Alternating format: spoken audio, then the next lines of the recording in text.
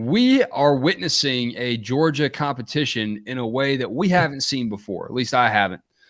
With Kirby bringing both Carson Beck and Brock Vandagriff out to talk to the media.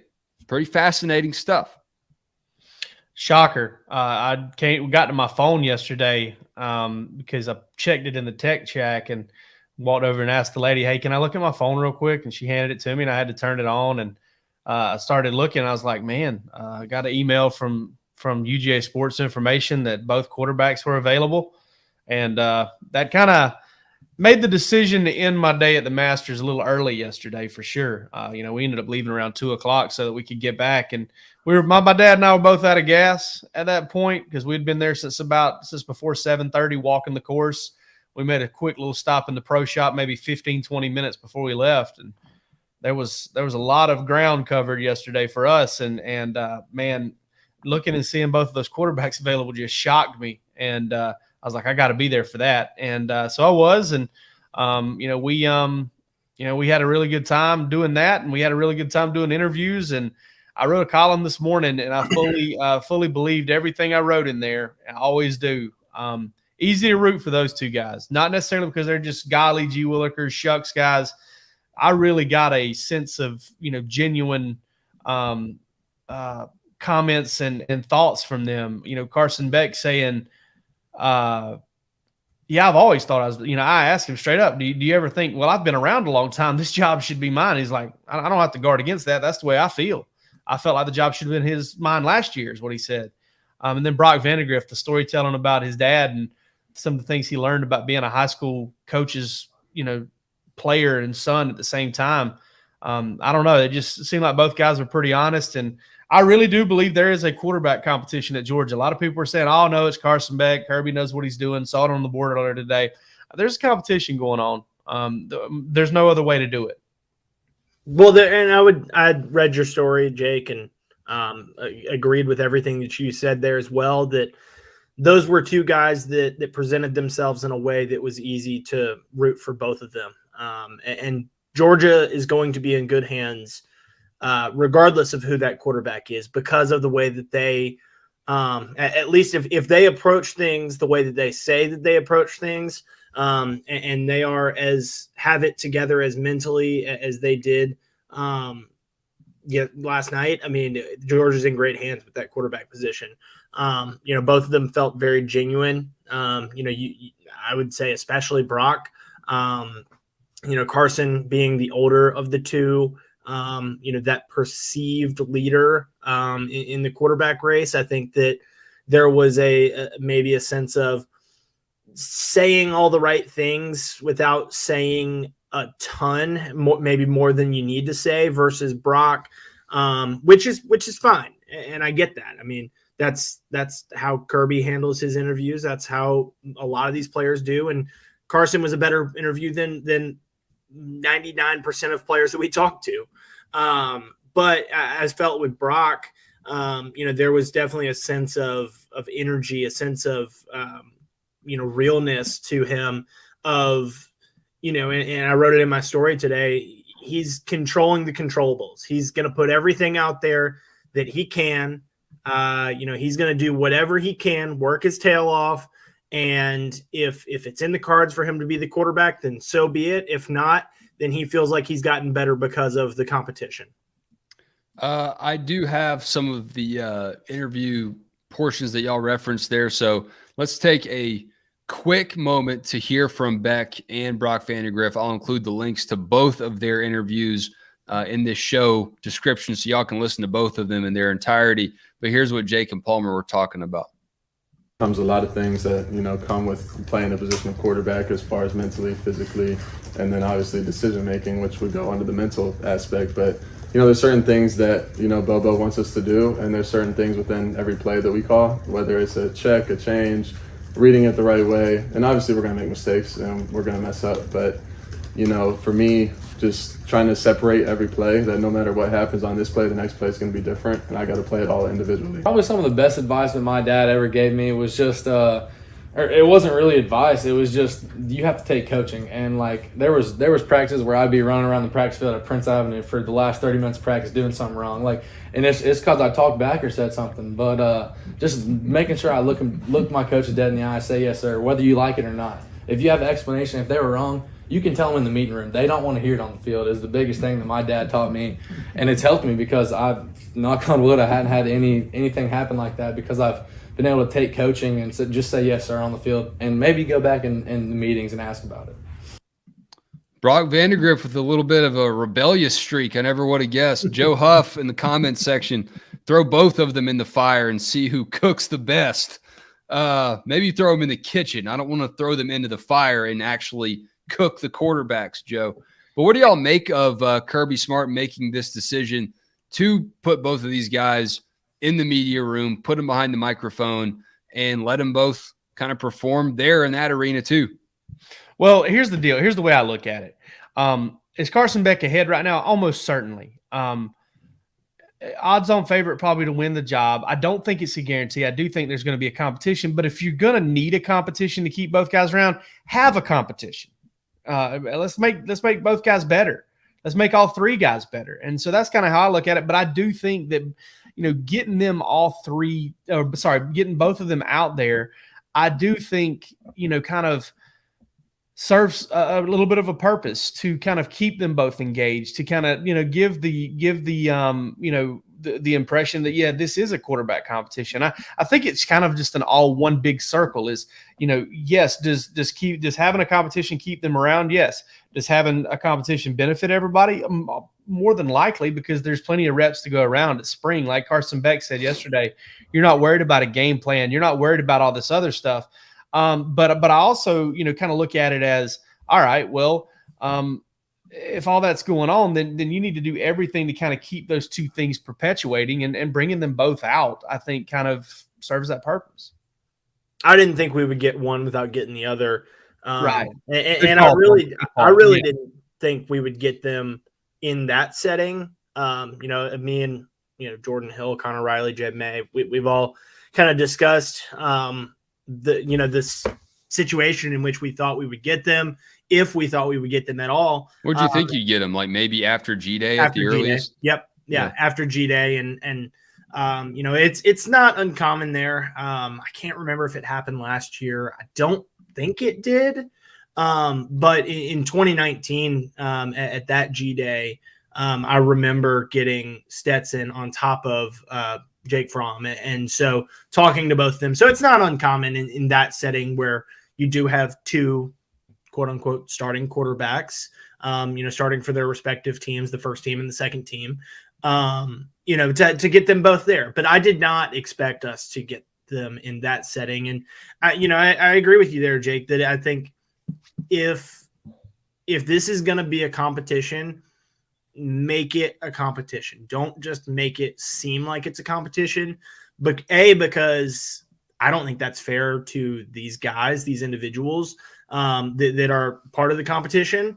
Ultimately they're adults. They can make decisions for themselves. And, that's something that comes with being a college football player at this high of a level, and specifically playing that position. You've got to be able to, understand, maybe read between the lines a little bit with coaches and their decisions and stuff. But, I think that, like you said, it makes everyone in that room better, not just the two that we talked to, but Gunnar Stockton as well. I think that they're all growing because of the fact that they are competitive with each other. But, and they discussed it. They're competitive with each other, but they're also helpful to each other. They're not, it'd be easy to think, oh, well, I got to look over my shoulder and see how is, this quarterback doing? How's that quarterback doing? Did he overthrow that receiver? What happened there? Oh, and maybe even be excited about it because it's helpful for your case and hurtful to theirs. But both quarterbacks expressed a sense of, hey, we're here to help each other out. We're here to help each other get better as football players, regardless of who wins the quarterback competition. So, I think it's important that it is a healthy competition, and that's how Brock described it, that it is a healthy competition now. And I think it's important that it stays that way as long as it is a competition. If you've got a starter, then make that known. I don't think that they'll have a starter coming out of this spring. I do think this is a competition that'll go into the fall, but make that known to these guys behind, closed doors. It doesn't have to be known to us. It doesn't have to be known to fans. Make that known to these guys where everyone stands after the spring, I think is absolutely fair to them. And I think that it is healthy for these guys. And as this competition moves forward. Yeah. I mean, we go from never hearing from a Georgia quarterback, hardly ever. Stetson Bennett was a unicorn when he entered the media room at times because we just hear from so many other guys at different position groups. But it is awesome to actually, whether it's part of the competition or it's just Kirby letting them talk. I mean, I view it as part of the competition, not that Kirby's sitting there and parsing through what they say and grading with a red pen what their press conference quotes are, but I think he does want to see how they handle the whole picture. If you're going to be our starter, if you're going to be our guy, this will be expected of you. You're going to have a lot of eyes on you. And we mentioned this in the last show. There's no substitute for game reps in the SEC and Power 5 football, but this is as close as you can get to really experiencing what it's like to be a starter at this level. So see how both guys adjust and adapt to it. I did like what you wrote, giving us a glimpse, and you'll hear that in their press conferences. But Jake, you wrote about what Mike Bobo's bringing to the quarterback room. And I don't know. I don't have the context for what Bobo was like as an offensive analyst compared to what he's like as an OC. But these guys are learning now. I mean, we know what he's like as an OC because we've heard through the years, I've heard from DJ Shockley. I've heard from David Green. I mean, he's different. He is a spitfire. He expects the very best, and he's going to chew your ass if you don't get it done. And I don't know what the leash looked like when he was an analyst on the sidelines and at practice. I'm sure he let Monken kind of do his thing. But these guys are learning right now, as Kevin Hart would say, what it's like to learn from Mike Bobo on the fly. Well, 2 points I want to make there. One, that's not going to be anything new because I've heard Todd Monken use some language out there, and I've heard Mike Bobo use some language out there, and it's not all too different. So in terms of just like how hard they get coached, I don't think that's going to be any different. Man, I've heard Bobo. There was this one time, man, out at practice, and there was Gentry Estes, okay? He preceded me at my previous employer. Gentry's a really good friend. He reported something, and Bobo, in the middle of a drill, saw Gentry out there watching practice because we used to get to see a little bit more. And, man, he got after him, like out there in front of everybody real quick. And Gentry, the pro he is, kind of took it in stride.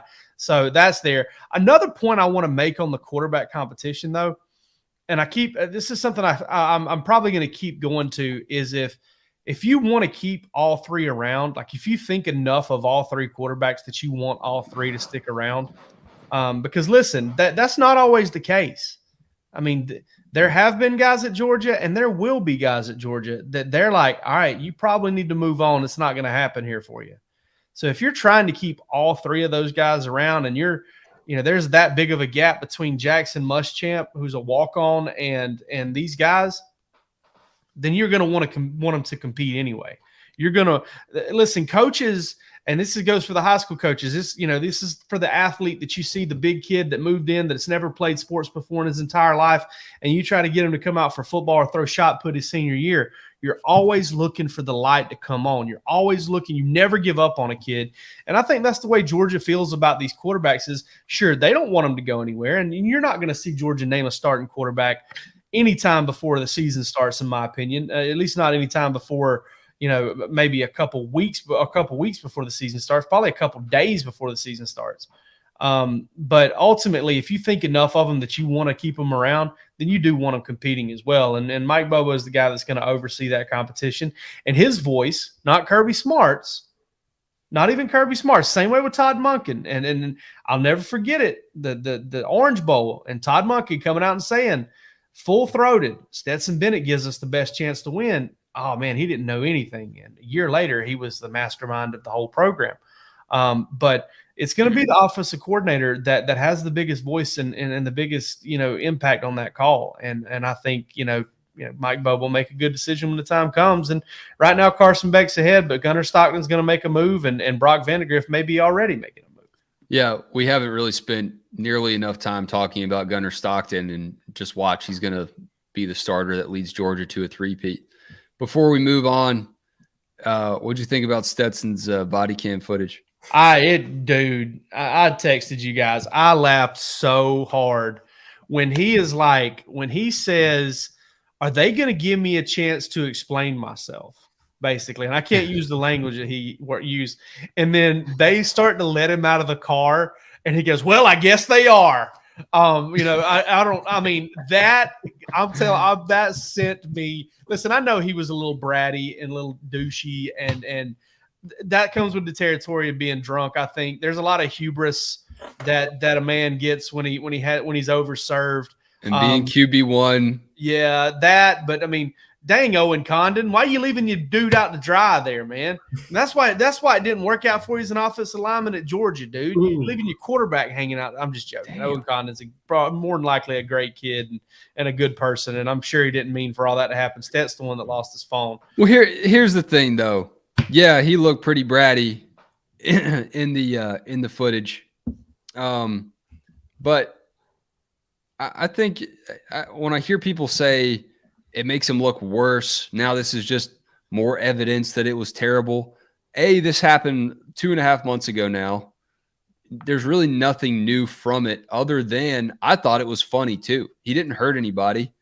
I mean, he did the damage to himself potentially in the draft, but I mean, when you watch it and you do hear this monologue going on, and that's what it was. It was like a stand-up routine as he was getting cuffed and put into the car. I know he's going to regret it. He'll probably hate it. But it could have been a lot worse. And there's no way that this, like, now that TMZ's leaked this footage, Stetson's falling down the draft board again. Like, that's just not how this works. No, I mean, the NFL teams, it was when the police report was made available, and I'm sure NFL teams grabbed the police report. I mean, the police officers literally say in the report, the fact that he didn't have a phone, they basically, took him into custody to kind of keep him, safe, to keep anything from happening to him, because they thought with a man out there all by himself, I mean, he wasn't doing anything necessarily harassing or violent or breaking and entering. I think he was just out there wandering around, knocking on doors. Who among us, right? Who among us?